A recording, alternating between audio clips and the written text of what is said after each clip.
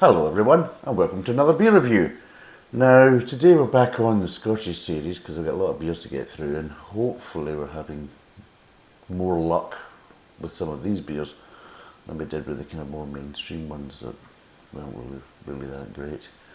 So today we've got another Belhaven, but we've got the St Andrews Amber Ale. There we go.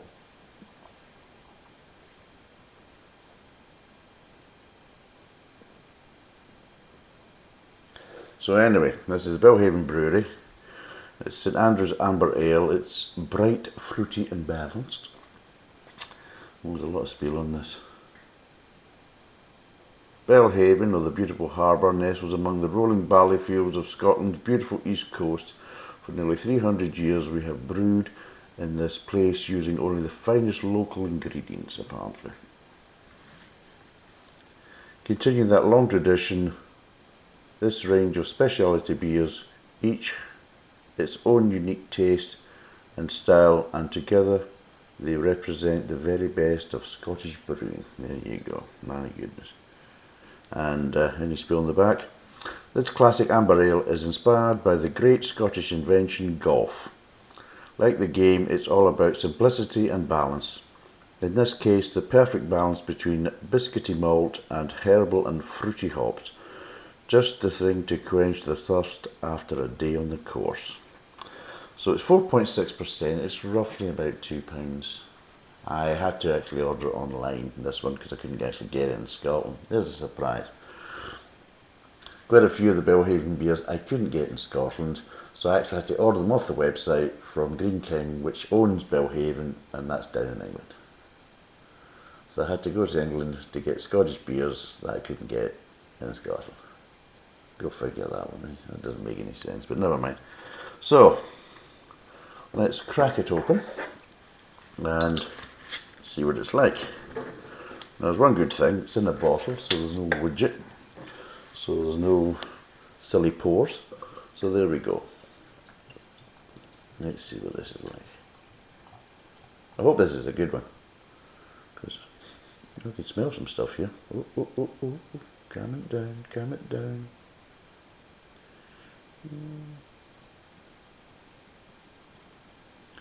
So there we go.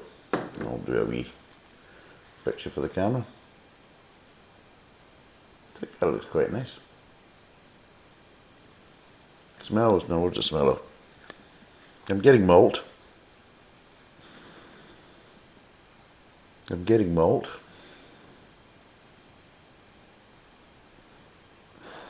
Maybe a light grain, but mostly malt is what I'm getting. But anyway, let's see what it tastes like.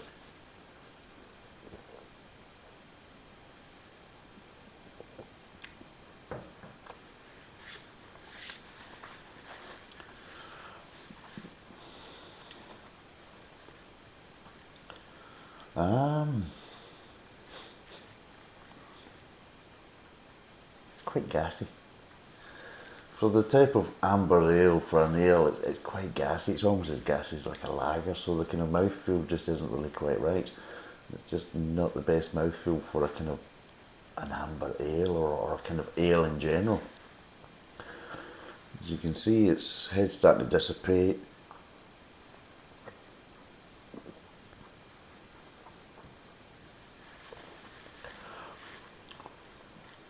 I don't know where to get the fruitiness, really.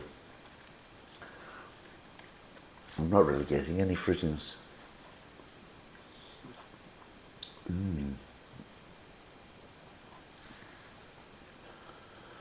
Look at that, the head's almost gone, look.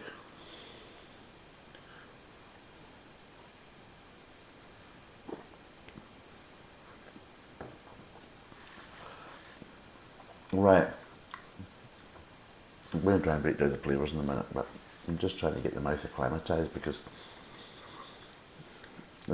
the flavours is slightly changing every time I take a sip, and I just want to get that kind of consistency before I kind of break down the flavours. But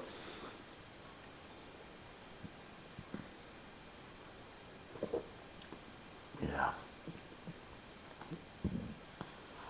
quite gassy. Yeah, it's not the best from that point of view. It's not the best mouthfeel. But right, let's kind of break down the flavours.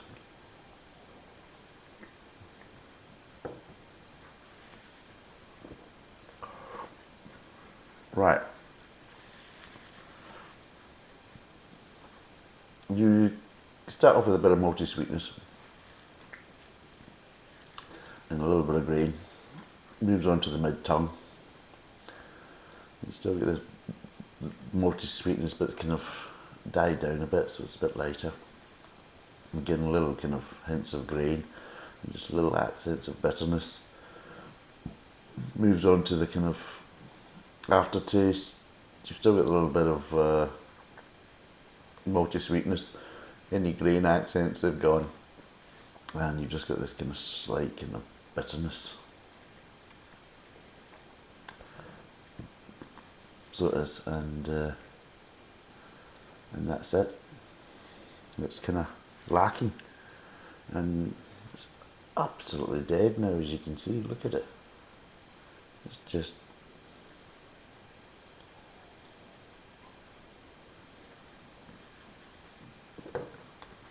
there.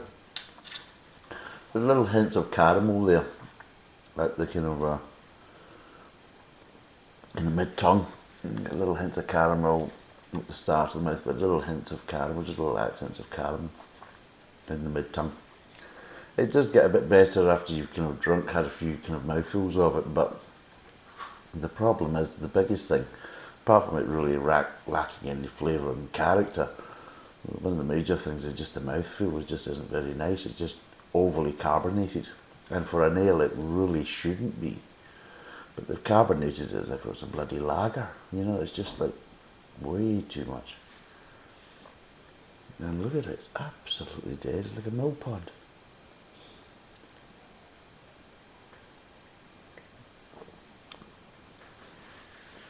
Okay, what would I give this? Out of 10. God. Oh, I was hoping it was going to be a good one.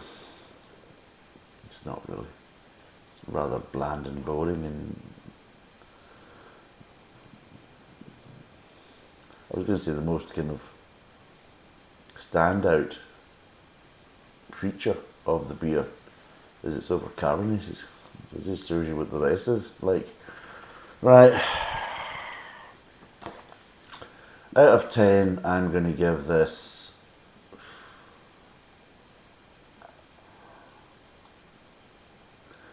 I'm going to give it a 4. It's below average, it really is. It's just lacking character, lacking any kind of real flavour and balance, and the mouthfeel is just not very pleasant for the type of beer and the type of style of beer it is, just because they've just overly carbonated it. It's just, and as you can see, it's completely dead now. Look at it. Look, no head, no nothing. It's just a bloody disaster. Let's be totally honest. I'm sure basically, potentially it could have been a good beer, but by overcarbonating it, I mean, for God's sake, that's schoolboy errors, for God's sake. You know what I mean? All you need to do is carbonated taste. You think, well, that's too much, let's dial it back a bit. But no, they think this is the way to do it. Oh, seriously, come on, guys. This is just a lot of crap. So anyway, it's a 500ml bottle. It's 4.6%. It's roughly about £2 a bottle. It's 4 out of 10. Would I recommend it? No, don't bother. There's better things out there for your money. Anyway, thanks for watching. Cheers, and bye for now.